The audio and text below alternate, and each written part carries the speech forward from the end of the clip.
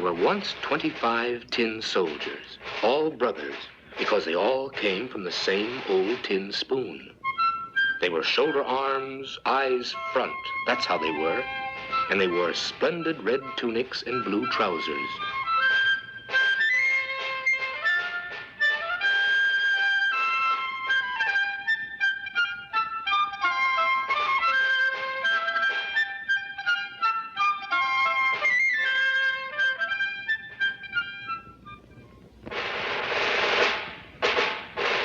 The very first thing they ever heard when the lid was taken off the box in which they were lying was, "Tin soldiers!" It was a little boy who shouted this. He had been given them for his birthday. He put them up on the table. Each soldier was the very image of the other, except for one, who was a little bit different. He had only one leg, because he was the last to be made, and there wasn't enough tin to go around. Still, there he stood as firmly on his one leg as the others on their two. And as it happened, he's the soldier this story is all about.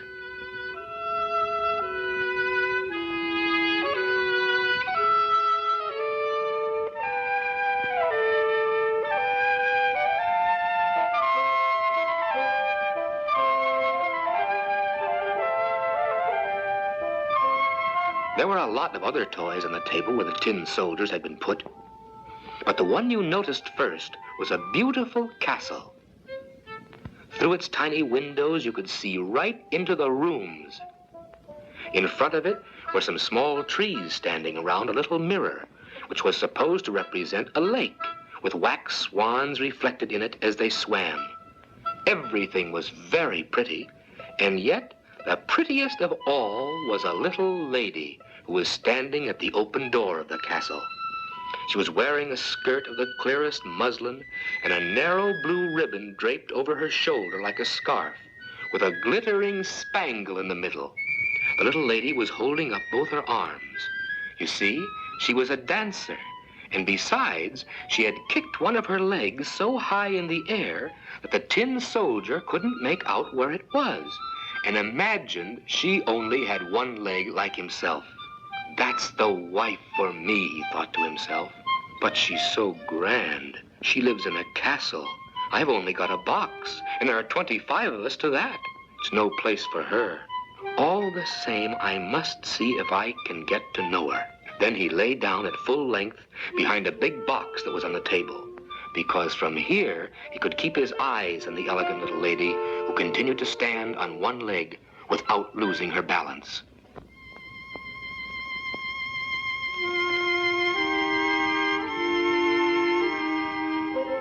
Later in the evening, all the other tin soldiers went back into their box, and the people in the house went to bed.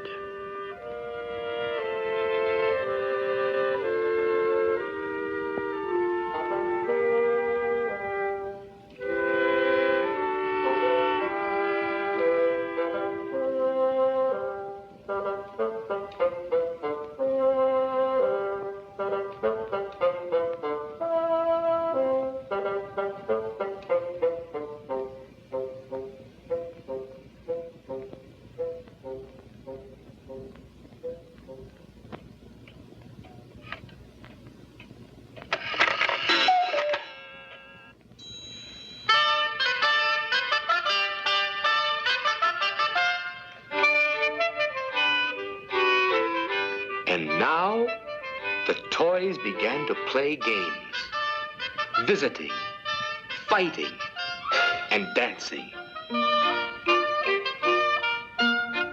The tin soldiers rattled in their box because they wanted to join in too, but they couldn't get the lid off. The nutcrackers turned somersaults. The slate pencil had some fun on the slate.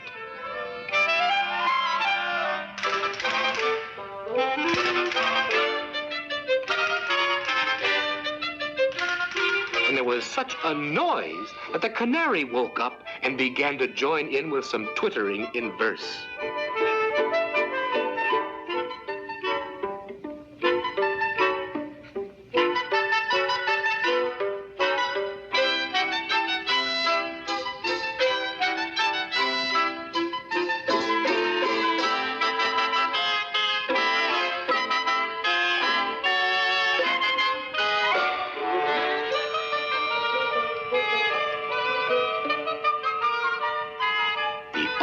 two who didn't budge were the tin soldier and the little dancer.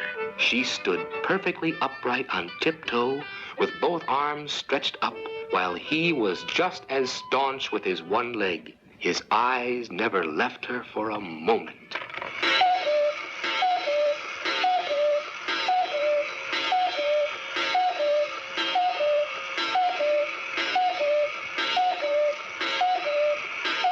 Suddenly the clock struck 12, and clack, up flew the lid from the big box. "Tin soldier, will you please keep your eyes to yourself?" But the soldier pretended not to hear. "All right, you just wait till tomorrow," said the goblin.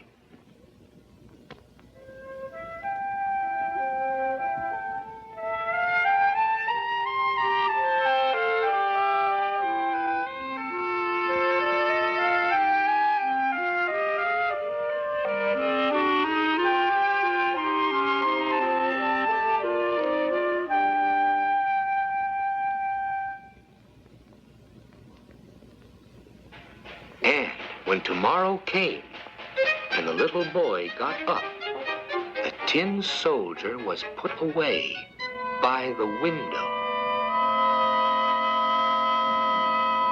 And whether it was the goblin or the draft that did it, all at once the window flew open and the soldier fell out head first from the 3rd story. It was a terrible fall.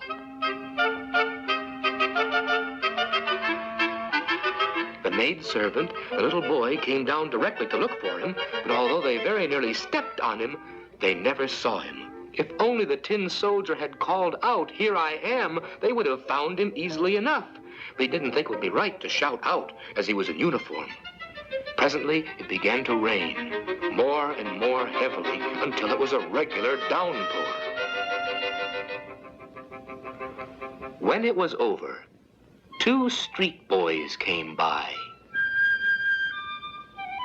"Gosh, look at that," said one of them. "There's a tin soldier. Let's send him for a sail." So he put the tin soldier aboard a boat made out of newspaper. And away he sailed down the gutter with the 2 boys walking alongside. How the waves did rock in the gutter, and what a strong current there was. Well, after all, it had been a real downpour. The paper boat bobbed up and down and went around so fast, the tin soldier became quite dizzy. But he kept staunch and never moved a muscle. He still looked straight ahead at shoulder arms. All at once, the boat drifted in under a broad culvert. "I wonder where I'm coming to now," he thought. "I'll swear it's the fault of that goblin. If only the little lady were here in the boat, it could be twice as dark for all I'd care." Just then, a great water rat appeared, who lived under the culvert. "Where's your passport? Show me your passport." "Stop him! Stop him! He hasn't paid the toll! He hasn't shown his passport!" The current grew stronger and stronger. The tin soldier could already see daylight ahead where the culvert ended, but he could also hear a roaring sound that might well bring dismay to the bravest man. Now he had come so near that there was no stopping. The boat dashed out and spun round and filled right up with water. It was bound to sink. The tin soldier was now up to his neck. The boat sank deeper and deeper. At last, the water closed over the soldier's head. He thought of the pretty little dancer that he would never see again, and the old song rang in his ears. On, brave warrior, on where death awaits thee."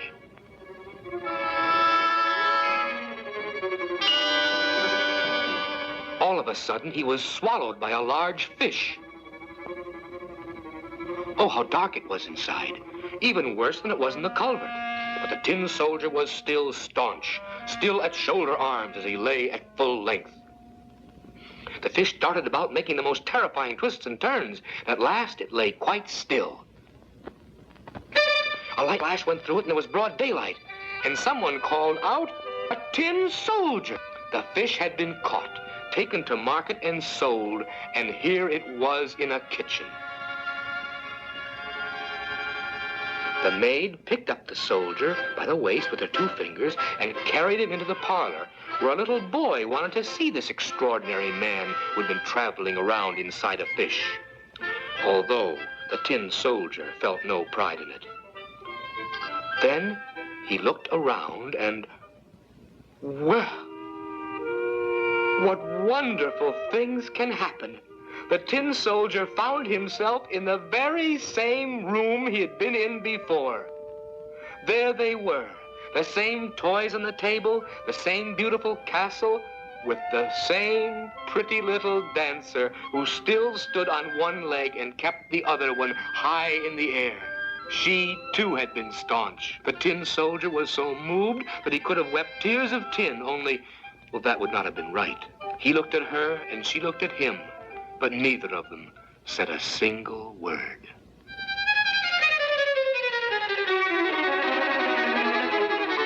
Suddenly, the small boy took the soldier and threw him straight into the stove. He had no reason for doing this. The jack-in-the-box was surely behind it all.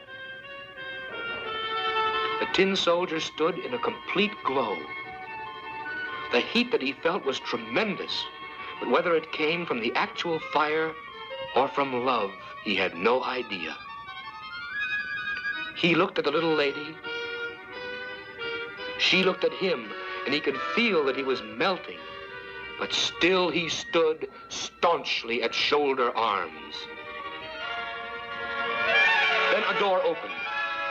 The draft caught the little dancer, and she flew like a sylph right into the stove to the tin soldier, flared up like a flame, and was gone. The tin soldier was melted down to a lump. And when the maid cleared out the ashes the next morning, she found him in the shape of a little tin heart.